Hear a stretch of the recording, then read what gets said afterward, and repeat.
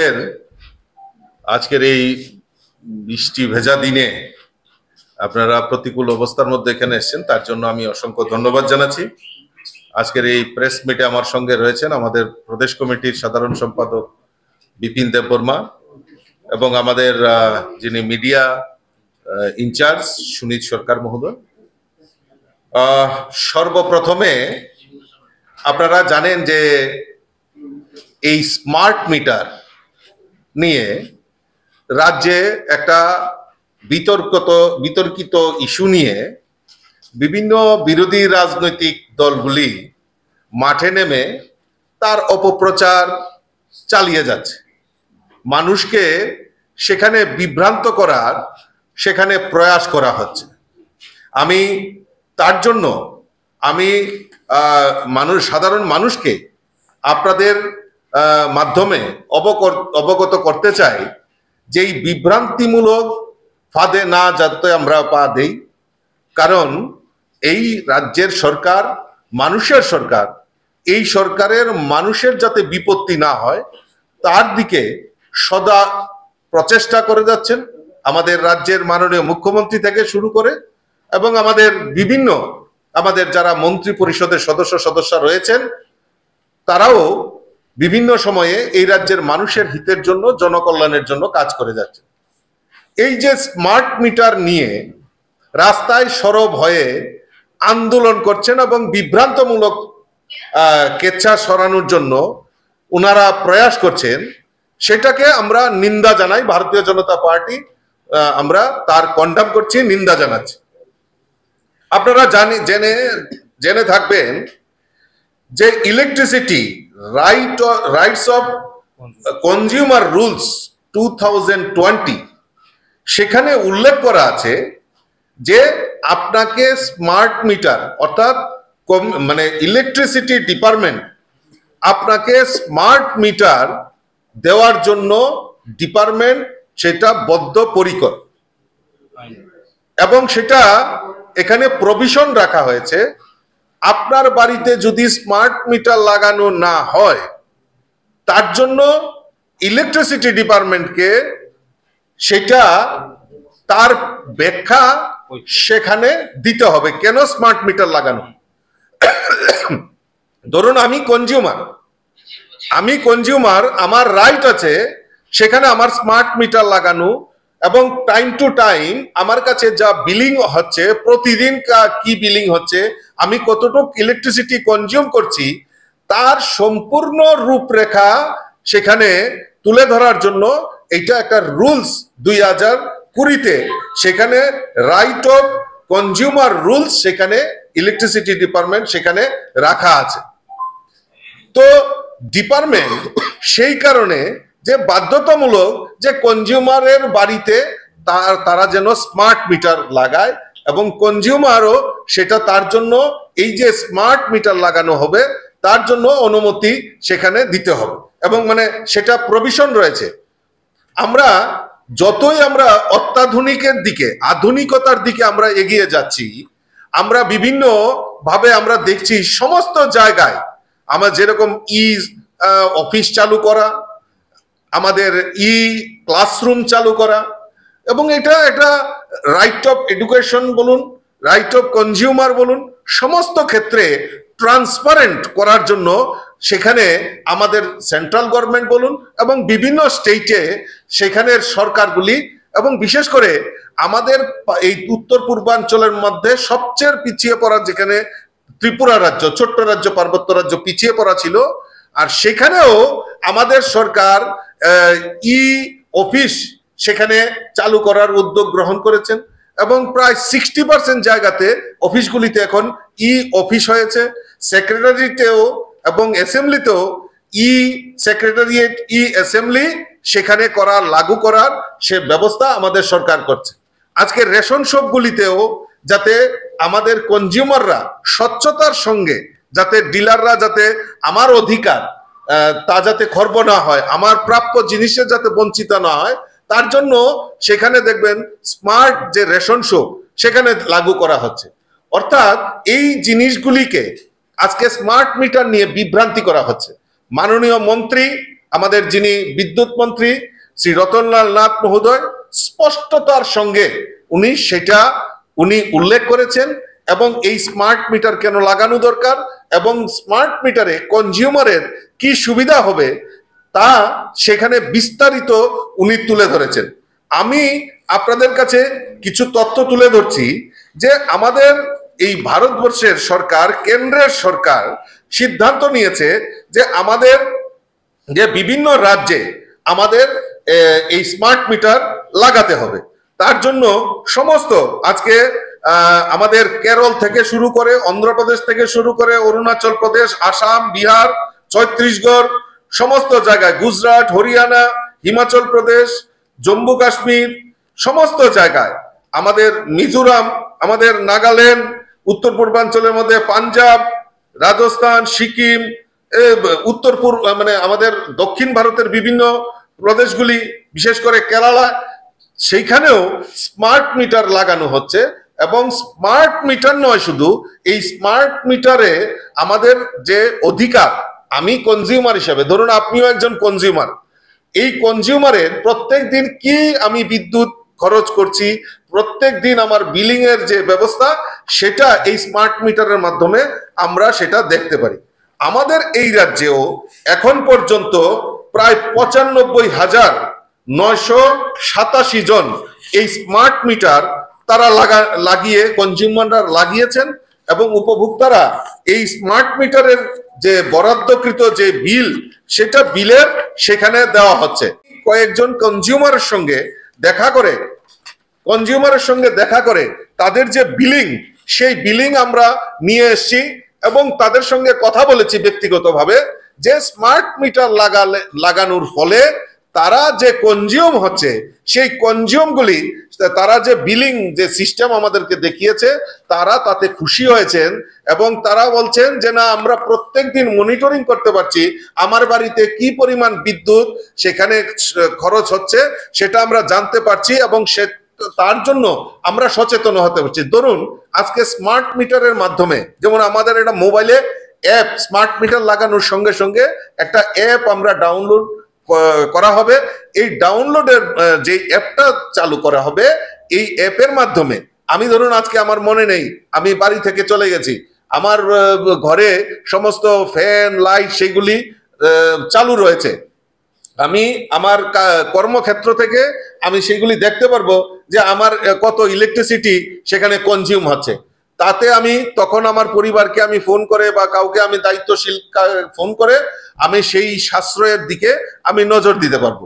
তো যারা এই বিল, আমার কাছে অনেকগুলি বিল রয়েছে, যে আমি এইগুলি তাদের সঙ্গে কথা বলেছি এবং সেগুলি পরীক্ষা করে দেখেছি যে সেখানে ইউনিট চার্জ বা যেগুলি বসানো হয়েছে সেইগুলি আমাদের ন্যায্য, এবং ব্যক্তিগতভাবে আমি কনজিউমারের সঙ্গে কথা বলে তাদের থেকে আশ্বস্ত হয়েছি, তাই আজকে আপনাদের সামনে সুবিস্তারিত এখানে তুলে ধরছি। আর কিছু ঘটনা আপনারা জানেন যে বিকৃতভাবে আমাদের সামনে প্রস্তুত করা হচ্ছে, যেমন কুয়াইতে 82,000 টাকা একটা বিদ্যুৎ বিল নিয়ে উনি ভিডিও কনফারেন্স করেছেন।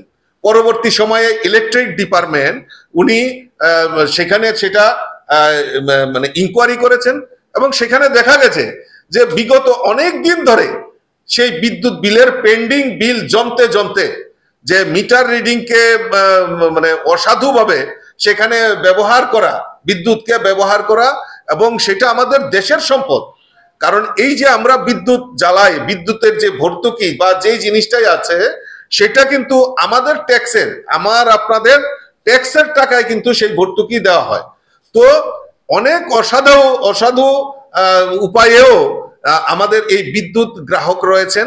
তো তারা এই বিদ্যুৎ গ্রাহকদেরকে এখন এই ন্যায্য এই স্মার্ট মিটারের মাধ্যমে তার স্পষ্টতার সঙ্গে সেখানে উল্লেখ করা হবে, এবং তদন্ত করে দেখা গেছে দীর্ঘদিন ধরে পেন্ডিং ডিউ অসাধুভাবে সেই ইলেকট্রিক ভোক্তা সেই ইলেকট্রিক কনজিউম করছিল, সেটা যখন স্মার্ট মিটার লাগানো হয় তখন সেটা ধরা পড়ে। তো সেই ব্যাপারে মাননীয় মন্ত্রী উনি সুবিস্তারিত আলাপ আলোচনা করেছেন। আমি যারা গ্রাহক তাদের কাছে আমি বিনম্রভাবে অনুরোধ করব এবং আপনাদের মাধ্যমে মেসেজ দেব যে এই সমস্ত বিভ্রান্তিকর পরিস্থিতিতে আপনারা যাবেন না। এই বিভ্রান্তিকর যে মন্তব্যে সেখানে আপনারা কর্ণপাত করবেন না। এবং আগামী দিন আমরা যতই আমরা এগিয়ে যাচ্ছি, আমাদের নেক্সট জেনারেশন ততই আমরা স্মার্টের দিকে এগিয়ে যাচ্ছি। তো আমরা কেন স্মার্ট হব না? ত্রিপুরা রাজ্যের মানুষ কেন স্মার্ট হব না, যেখানে আমাদের স্কোপ রয়েছে? তো সেই কারণে আমি আপনাদের মাধ্যমে আমি আবারও আপামর জনসাধারণের কাছে আবেদন রাখবো যে আমরা যাতে এই স্মার্ট মিটার ব্যবহার করি এবং মানুষকে যাতে সেই ব্যাপারে সজাগ, এবং মাননীয় মন্ত্রী ক্লিয়ারিটির সঙ্গে বলে দিয়েছেন, পরিষ্কারভাবে বলে দিয়েছেন, তার জন্য একটা হেল্পলাইন চালু করা হয়েছে।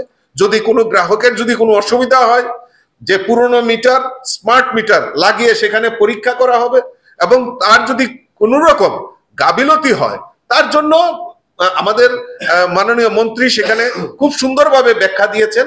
তার জন্য সরকার আপনাদের পাশে রয়েছে, আপনাদেরকে সহযোগিতার জন্য হেল্পলাইন চালু করা হয়েছে।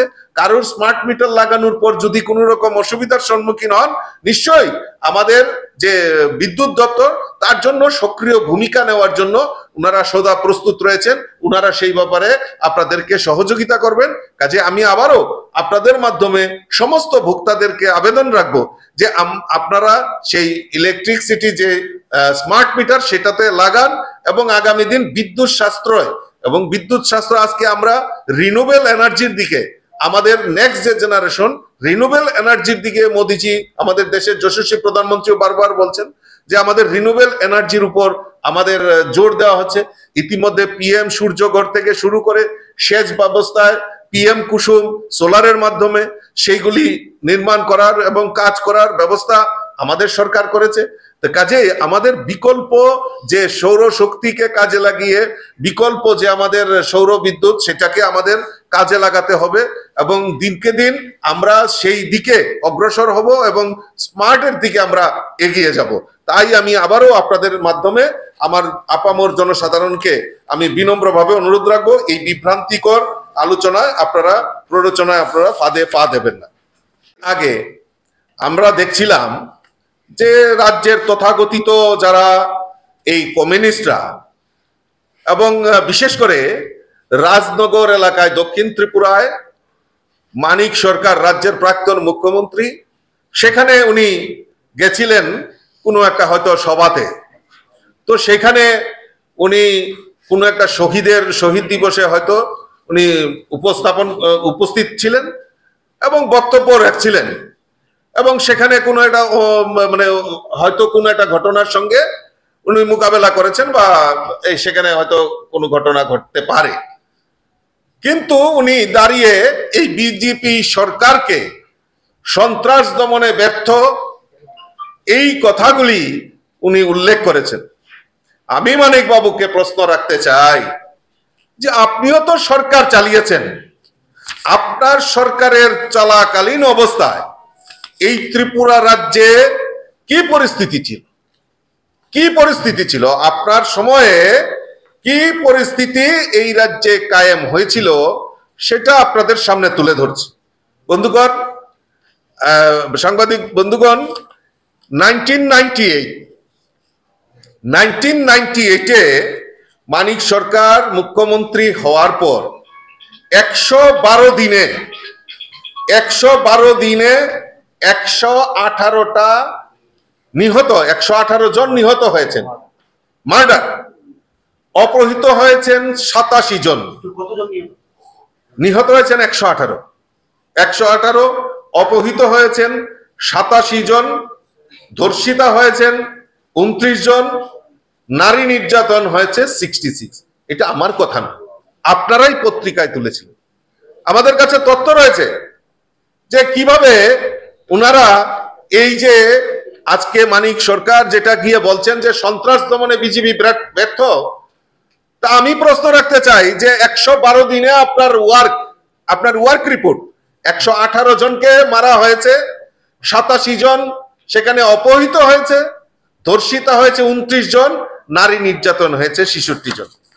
আপনি জবাব দিতে পারবেন?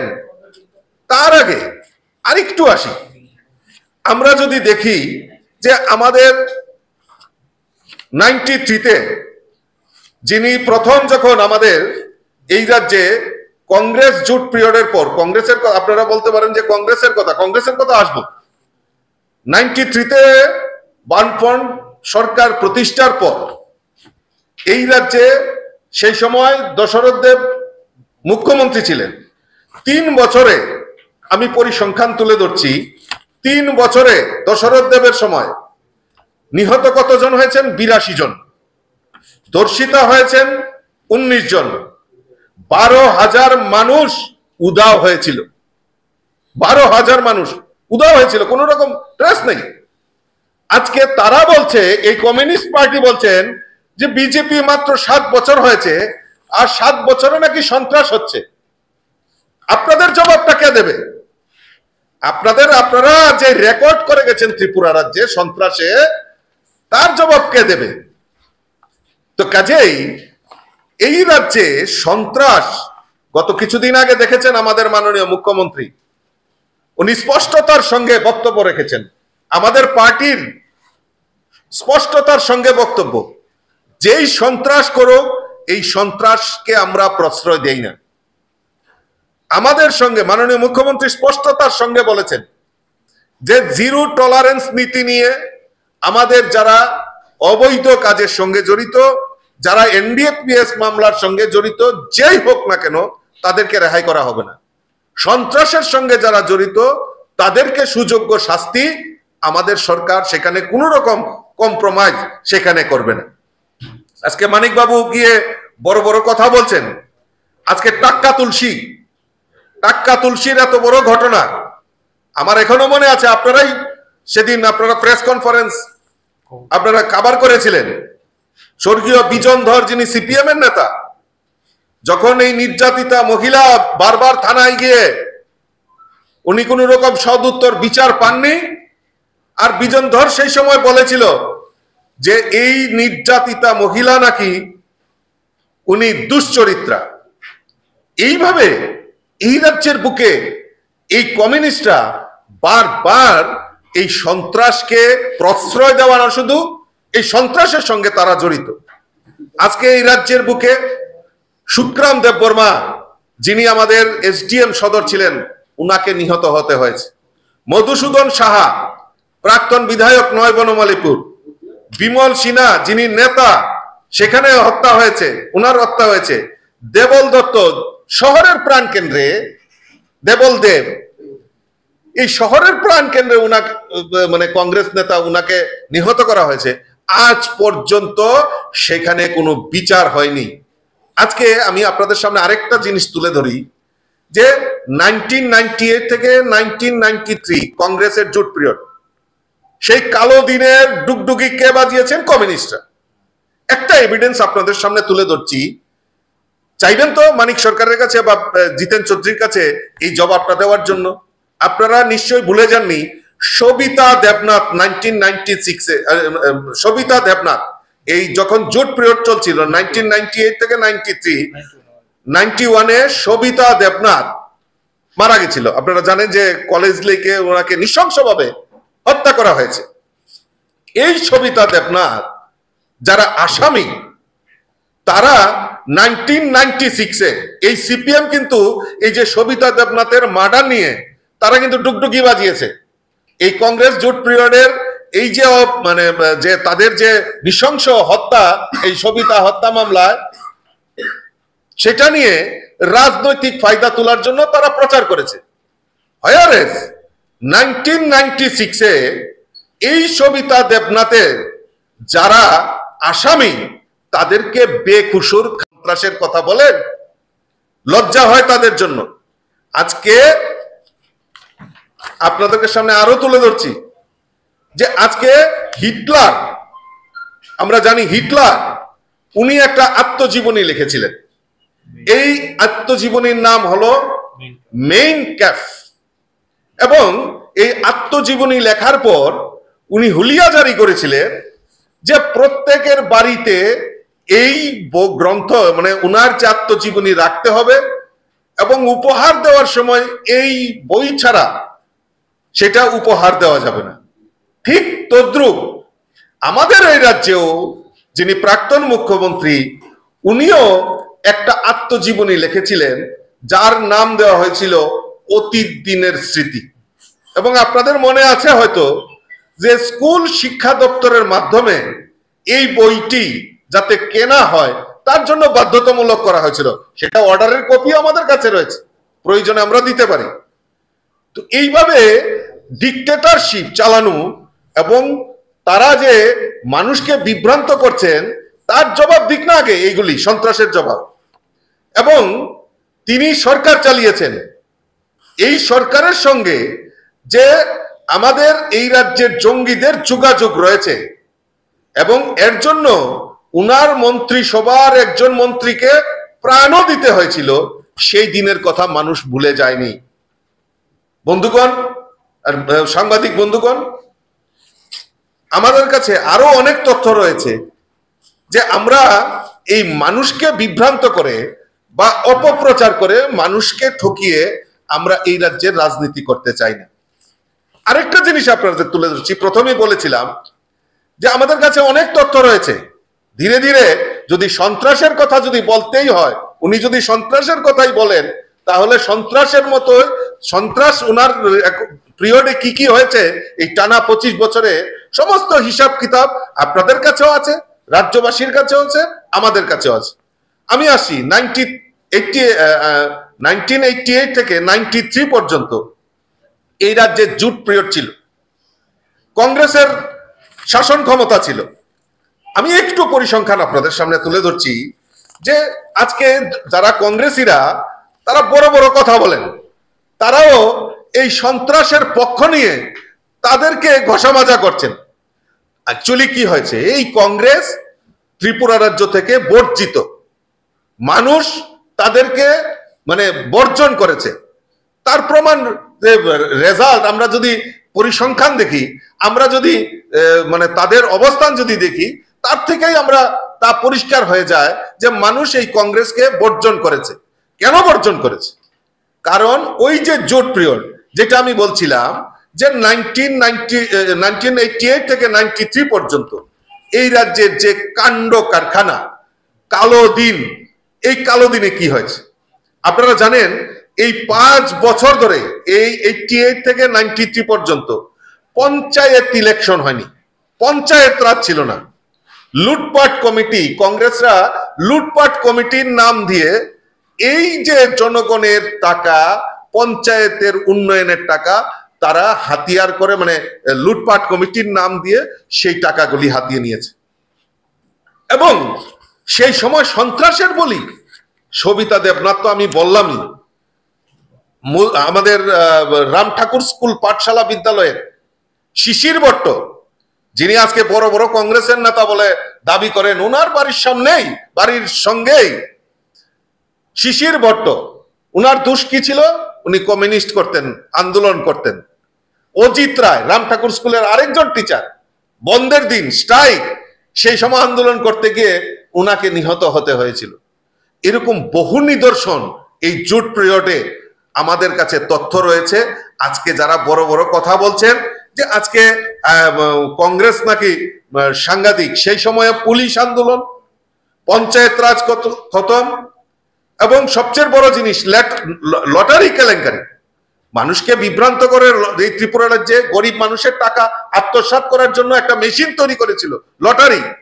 এই লটারি কেলেঙ্কারি, মেডিকেল সিট নিয়ে কেলেঙ্কারি, আরো কত কি ঘটনা এটা রাজ্যের মানুষ অনুধাবন করেছে।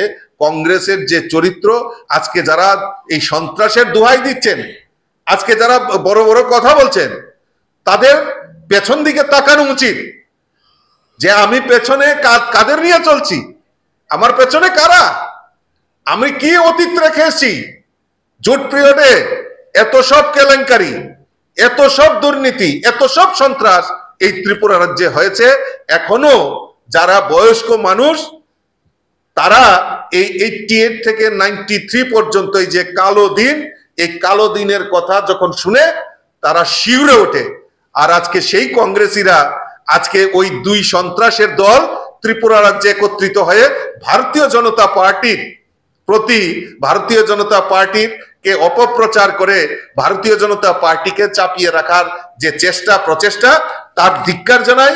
এটা কোনোদিনও সম্ভব হবে না, কারণ তারা এই ঘুমিয়ে ঘুমিয়ে স্বপ্ন দেখছেন।